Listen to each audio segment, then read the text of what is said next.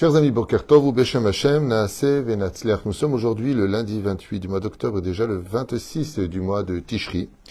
Nous avons un shiur donc ce matin qui nous a été acheté.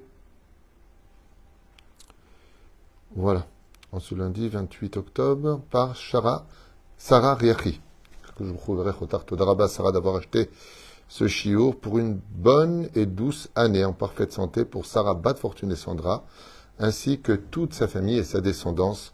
Il raconte que le mérite de cette étude, Yamolach Lesrout, pour vous, Bezrat Hashem, bonne santé, Parnassa Beshefa, Arichut Yamim, Irat Shamaim, et tout ce que vous désirez, avec une pensée bien sûr pour Kol Chayalenu, tous nos Chayalim, pour tous nos otages, une grande réfouach Shem Kol Am Israël, bien sûr, et puis surtout, Bezrat Hashem, Kol Mishem Marzik Otanu, merci pour tous nos donateurs, tous ceux qui nous soutiennent, qui partagent les cours, ceux qui ne peuvent pas aider financièrement, ils partagent les cours, qui regardent les cours.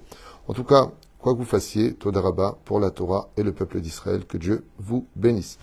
On commence notre premier shiur, Bezrat Hashem de la journée, avec un sujet qui nous concerne tous et au jour le jour. Vous savez que le Créateur du monde au sein de notre judaïsme nous demande toujours la première chose.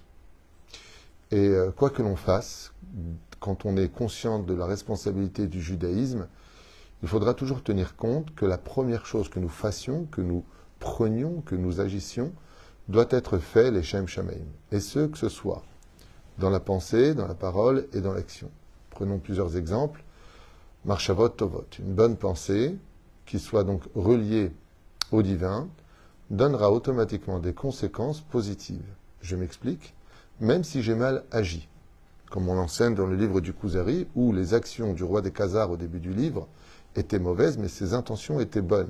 En d'autres termes, il voulait servir le Créateur du monde, mais se tromper de Dieu. Donc, quelque part, la pensée est positive, mais l'action est négative. Quand on a ce genre de choses, par exemple d'avoir une très bonne intention et d'avoir été maladroit, eh bien, le Créateur du monde va surtout observer la pensée, c'est-à-dire quelle était ton intention? Ce qui fait que des fois, au niveau extérieur, on peut voir de bonnes actions, mais qui en réalité sont manipulées par quelqu'un de diabolique, de machiavélique, qui va te donner une espèce d'appât pour lequel tu vas mordre. Pourtant, l'action est belle. On te dit, t'as vu, il t'a fait un cadeau, ou alors il t'a invité. Oui, il t'a invité, mais c'était pour t'humilier. En d'autres termes, si je viens et que ma première pensée n'est pas reliée au divin, eh bien, je risquerai d'avoir des conséquences, comme on le dit dans le Lechadodi, sauf Maaseh Bemarshava Trila, la fin de mon action sera jugée selon ma première pensée. On peut voir ça maintenant au niveau aussi de la parole. Dès que tu te lèves le matin, exemple, eh bien, avant de dire « Ah, j'ai bien dormi, ou j'ai mal dormi, ou j'ai rêvé, ou j'ai pas rêvé », la première chose qu'on doit dire, c'est « modé » pour un garçon, ou « moda » pour une fille, et on doit sanctifier cette première parole pour Hachem. Et c'est pareil, si je veux faire quelque chose, dans la journée, de dire d'abord Be'ezrat Hashem, Imirtse Hashem, avec l'aide de Dieu, si Dieu y veut, d'abord ouvrir la bouche en l'honneur de Dieu, et ensuite demander ou agir en conséquence par rapport à mes besoins journaliers ou personnels. Pour l'action, c'est pareil. Quand nous avons le premier Bechor, nous l'achetons du Kohen, quand c'est ce qu'on appelle Pidyon Aben, et donc on va le prendre. Quand je vais prendre un agneau qui va naître dans mon troupeau, c'est pour Hachem. Le premier âne, c'est pour Hachem. La première chose que je fais, c'est la sanctification de cette action. Qu'elle soit pensée, parole et action, que toujours, Akadosh Baruch Hu est la priorité. Vous savez, on le comprendra très bien dans le savoir-vivre, quand on est avec quelqu'un de très, très important et qu'on rentre d'une pièce à une autre pièce, de la rue à une maison ou de rentrer dans un lieu quelconque, eh bien, on ne rentre pas devant lui. On lui dit Bechabod. D'abord, on le laisse passer parce qu'on veut lui faire honneur. De la même façon, nous avons cette obligation d'agir en conséquence. Quand tu rentres dans une maison, d'abord t'embrasses à mezouza, après tu rentres. C'est le minagim, c'est pas obligé, mais c'est toujours veiller constamment à ce que nous fassions soit d'abord en l'honneur d'Hachem. Vous savez, quand on a beaucoup d'invités, on a bizarrement l'habitude de préparer d'abord pour les autres et ensuite on verra pour Akadosh Baruch Hu. Alors qu'en réalité, quand on a beaucoup d'invités, par exemple des gens qui vont, les Bachor Yeshivot, qui étudient la Torah, d'abord on doit veiller pour eux, pour le mariage. Attends, combien vont venir d'étudiants? Une cinquantaine. Alors d'abord on pense à eux. D'abord on pense à celui qui tient la Torah, celui qui étudie la Torah, celui qui vit la Torah. Et c'est ce qu'on se doit tous de faire. D'abord une place pour un pauvre. Et ensuite, on place les invités. D'abord ceux qui touchent à la volonté de Dieu. Et seulement ensuite, on peut agir en conséquence pour nos bonheurs personnels, nos besoins personnels ou tout simplement les besoins de la société. Pourquoi je vous parle de tout ça? Bien, parce que nous allons étudier la paracha de Noach sur un verset un peu ambigu qui sort de son contexte pour nous parler d'ailleurs de ce qui va se passer dans cette paracha de Noach où Noach, justement, va être le premier à rentrer dans l'arche. Lui, il rentre dans l'arche et donc, étant donné qu'il devient le premier, il a le titre de cette paracha pour lui parce qu'il a su se distinguer des autres en justement sanctifiant tout ce qu'il avait pour Akadosh Baruch Hu, contrairement aux autres où il mettait Dieu toujours à la fin et encore. Et ça, c'est très important de le retenir parce que on se rend compte qu'en fin de compte, tout celui qui place Dieu en premier finit par être sauvé. C'est quelque chose qu'il faut retenir, surtout dans notre génération tout particulièrement, où le déluge n'est pas un déluge d'eau, mais un déluge d'immoralité, d'injustice, de mensonges, dans tous les domaines. Et donc le résultat, il faut rentrer dans l'arche. Il faut rentrer dans l'arche, mais pour cela, il faut être conscient de prendre les animaux purs, de prendre chacun à sa place, une dimension de hiérarchie, comme on le verra à l'occasion dans d'autres cours sur la paracha de Noach. Alors, vous allez voir que cette situation d'être le premier peut changer la donne. Prenons un exemple bête et connu, très journalier. Le lait et la viande. Vous le savez tous, on en a fait plusieurs cours. Si je bois du lait et qu'ensuite je veux manger de la viande, je n'attends pas du tout. Je me rince les dents, me brosse les dents, me rince les mains, et je peux tout de suite, sans attendre le moindre temps, pour consommer ma viande. Ok, pourtant le mélange se fera dans l'estomac. Et si c'est le contraire, que je mange un tout petit morceau de viande, ou de la soupe où il y avait de la viande, eh bien, je devrais attendre 6 heures pour pouvoir consommer ce laitage. Et c'est curieux, parce que dans un sens, entre le lait et la viande, j'attends pas, mais la viande et le lait, j'attends. Pourquoi? Parce que c'est relié au premier qui rentre. Comme je l'ai expliqué dans d'autres shiurim, Tata Gavar. Le lait représente le chesed, la bonté, la viande représente la rigueur, la justice. Et donc, ce qui rentre en premier aura de l'influence sur ce qui viendra en deuxième. Ce qui fait que si je mange de la viande après du lait, la rigueur, la justice, la difficulté, le mauvais coup, si vous préférez, ce qui va nous déranger parce qu'on va être puni ou jugé, va transformer le chesed en justice, parce qu'elle est rentrée en premier. La viande est rentrée en premier, donc ne mange surtout pas de laitage. Car si tu manges du laitage, comme l'explique le Ben Ishraï, eh bien, tu vas déplacer Dieu du trône de bonté au trône de justice. Mais si par contre, tu as mangé du lait qui représente l'humilité, qui représente la sagesse, qui représente le chesed, la bonté, tu n'attends pas pour manger de la viande, puisque le lait rentre en premier. Donc, il va transformer la rigueur en bonté. Et c'est pour cela que nous n'avons pas de problème de consommer de la viande après du lait, mais nous avons un très sérieux problème. À Dieu ne plaise de manger de la viande, de manger des laitages, si on a mangé du lait. Donc vous avez bien compris que c'est le premier qui rentre, qui l'emporte. Et c'est pareil dans plein d'autres domaines. Dans le Talmud, le premier qui trouve quelque chose et qui l'attrape, le premier qui l'attrape, c'est sa priorité. On parle d'un objet perdu, Ken. S'il n'y a pas de signe dans un quartier religieux et ainsi de suite. Donc on voit que le premier qui rentre, le premier qui arrive à la synagogue, prend le salaire de tout le monde, et ainsi de suite. Voilà.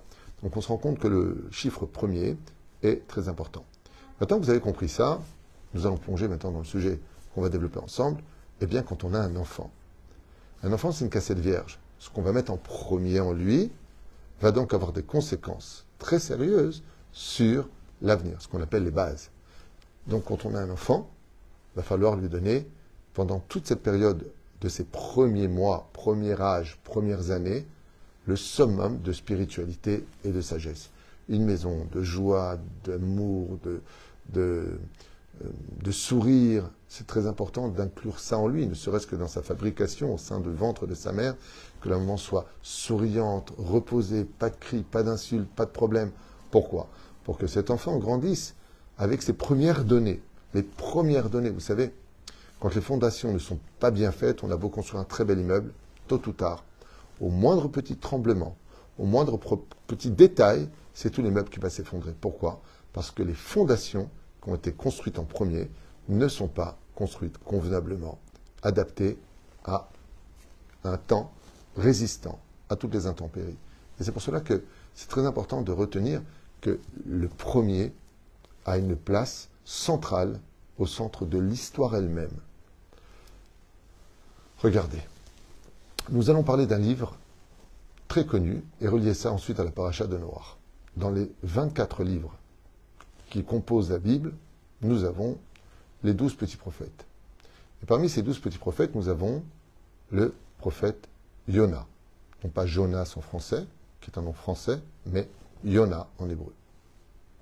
Et l'histoire de Yona est une histoire très compliquée à accepter.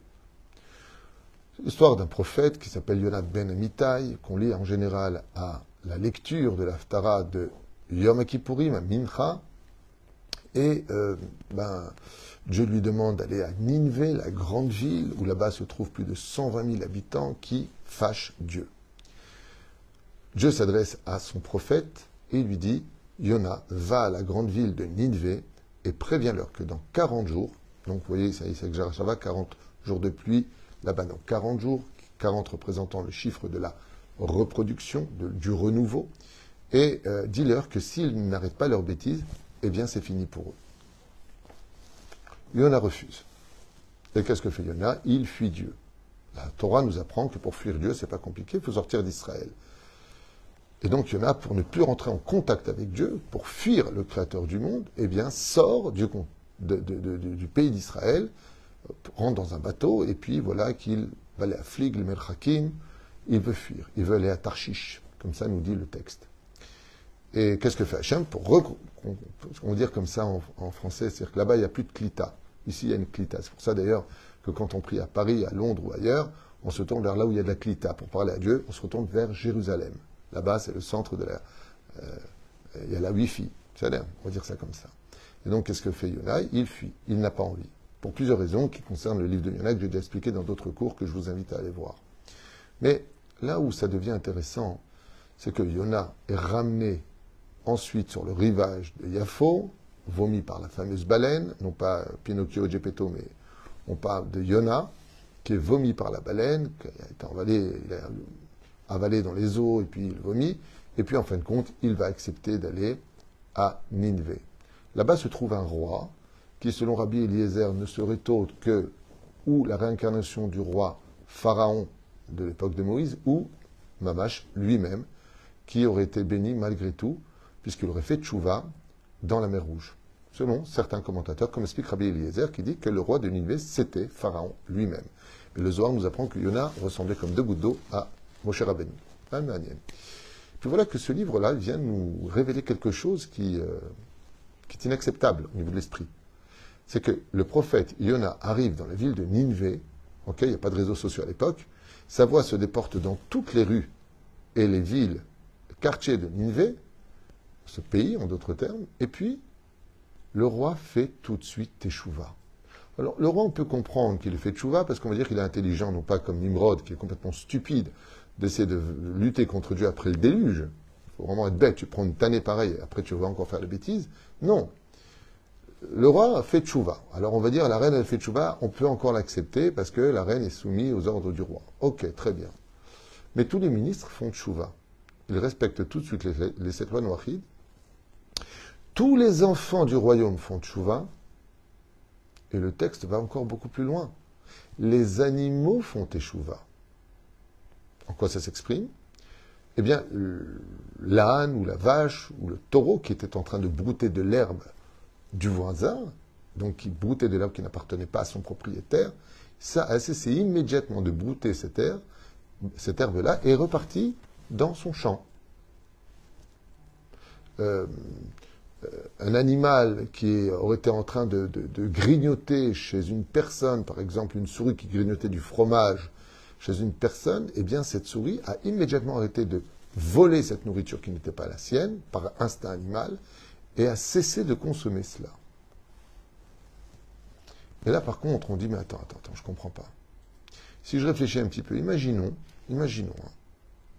que le Rav Ovadia, le Rav Mordechai Eliyahu, le Rav Shteman, le Rav Kanevski, qui vous voulez, Rabbi Lubavitch, qui vous voulez, débarque en Chine et il se met à crier dans la rue, je viens au nom de Dieu, ou qu'il débarque en Angleterre, ou à Paris, où vous voulez. Est-ce que ce serait pensable que tout le monde fasse teshuva? Laissez tomber le côté animaux. Est-ce qu'on pourrait imaginer une seule fraction de seconde que parce qu'un rabbin, des juifs, viendrait dans une ville en disant « Eh les mecs, Dieu m'a parlé, il m'a dit de vous dire que si vous ne faites pas de teshuva, vous allez prendre une tannée. » Mais qui l'écouterait? Tout le monde se rirait de lui. Comment se fait-il que la voix du prophète Yona, d'ailleurs inconnu au bataillon jusqu'à ce moment-là, ait force de loi de pouvoir non seulement ne pas être mise à mort, d'annoncer de mauvaises nouvelles sans l'autorisation du roi, mais qu'en plus de ça, son influence soit si puissante au sein même de ce pays. Voilà la grande question, et on va comprendre le rapport entre le premier, l'influence de ce qu'il se fait en premier, et c'est ce que je vous souhaite toujours, Bezrat Hashem, quand vous quittez chez vous la maison le matin, partez avec une bénédiction dans votre bouche, bénissez votre mari, bénissez votre femme, toujours la première chose, quand on se lève du pied gauche, c'est toute la journée qui est mauvaise. Quand on se lève bien, on donne une bonne énergie à la journée. La première chose est toujours à prendre très au sérieux. Eh bien voilà, je suis avec la Bible, nous sommes dans la paracha de Yona, donc j'ouvre maintenant la paracha de la semaine, et nous allons découvrir la grande question de ce prophète qui a pu, en une seule journée, faire teshuva à un peuple entier, du roi jusqu'au petit animal, qui pourtant ne comprend pas le langage des humains. Il y a plus forte raison d'un rabbin d'Israël, alors que eux sont d'une autre nation. Voilà ce que nous dit le texte. Ve'tei reshit mamlachto Bavel ve'erech ve'akad ve'chelna be'eretz shin'ar. La tour de Babel est faite, et Nimrod fait ses bêtises. Dieu divise maintenant les nations. Il réintroduit pour chaque nation une langue différente pour qu'on ne puisse plus se comprendre. Et d'un coup, nous sommes dans le chapitre 10, verset 11. Min haaretz ha'i yatsa Ashur. De cette terre-là est sorti un homme du nom de Ashur. Ok. Ve'ven et Nidve. Et lui, il s'est enfui. Lui, il n'a pas voulu être dans les complots de Nimrod. Il a dit, Nimrod est un fou. Moi, je me barre avec ma femme et mes enfants. Je vais aller très loin de la Babylonie pour m'installer dans un lieu et je vais créer là-bas une ville. Il a fait Even Pina, la première paire, Vaiven et Ninve, et il construisit la ville de Ninve, Ve'et Rechovot, Ir, Ve'et Kalar. Donc 3 lieux vont être créés dans ce lieu, cette région de Ninve, Rechovot, Ir, Ve'et Kalar. Ve'et Resen, Ve'et Ninve, Ven Kalar I, Aïr Agedola. Et donc il nous apprend ici que cette ville composée de plusieurs régions va s'appeler la grande ville qu'on retrouvera dans le livre de Yona, Ninve Ir Hagedola. Ok. Rashi intervient tout de suite et il nous dit quelque chose d'assez incroyable. Ir Hagedola, la grande ville, Hi Ninve, c'est la ville de Ninve, qu'on vient de lire. Mais Ninve a été Ir Gedola l'Elohim, car elle était grande, une ville grande pour Dieu, l'Elohim. Mais quel rapport avec Dieu? Quel rapport entre Ashur et Dieu? Quel rapport? Et au sage de nous dire, je vais te dire quel est le rapport. C'est que, étant donné, Ninve Ira et Agdola l'Elohim, étant donné que, comment il s'appelle, Ashur, a décidé de ne pas suivre les plans de Nimrod, qui se rebellait contre Dieu, eh bien, il a pris sa femme et ses enfants, et il est parti construire une ville qui craindrait Dieu. Une ville où on respecterait les 7 lois de Dieu. Pour les Goïm, les 7 lois de Noach. Ashur a pris compte du déluge et que Dieu, il ne fallait pas prendre sa patience et sa gentillesse pour de la faiblesse. Il a dit à sa femme et ses enfants, partons vite et on va créer quelque chose. Et ainsi, lo alenu lo alechem, pour ces imbéciles qui ont là-bas, avec Nimrod, continué à lutter contre Dieu, eh bien, Ashur a créé une ville. Et quand il a creusé les premières fondations, Vaiven, la première pierre qu'il a fait, il a dit, nous créons ce lieu pour que la crainte de Dieu soit empreinte dans la terre. Et cette ville a été construite à l'époque de Nimrod. Ce qui fait que quand, 1800 ans plus tard à peu près, est venu Yona, et qu'il a mis ses pieds sur cette terre, avec tous ses habitants et cette région, et qu'il est venu parler au nom de Dieu, faites attention, Dieu n'est pas content, eh bien c'est la terre qui a tout simplement influencé sur tout celui qui marchait sur elle et l'a rappelé à l'ordre. Et c'est pour cela que quand on rentre dans une maison, nous faisons la Hanoukat Bait.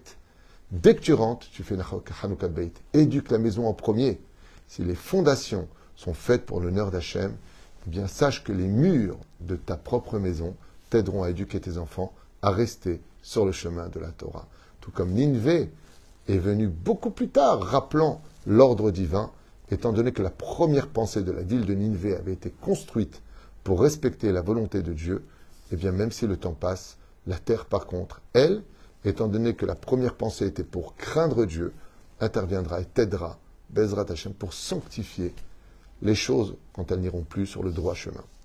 D'où l'importance, Bezrat Hashem, que ce soit au travail, que ce soit à la maison, que ce soit même dans votre propre voiture, qu'il y ait toujours une chose quand vous achetez une voiture, que ce soit pour vous emmener à la synagogue, pour faire des mitzvot, pour ceci, pour cela. Vous verrez que votre voiture prendra une atmosphère spirituelle qui pourra même vous sauver de bien des dégâts.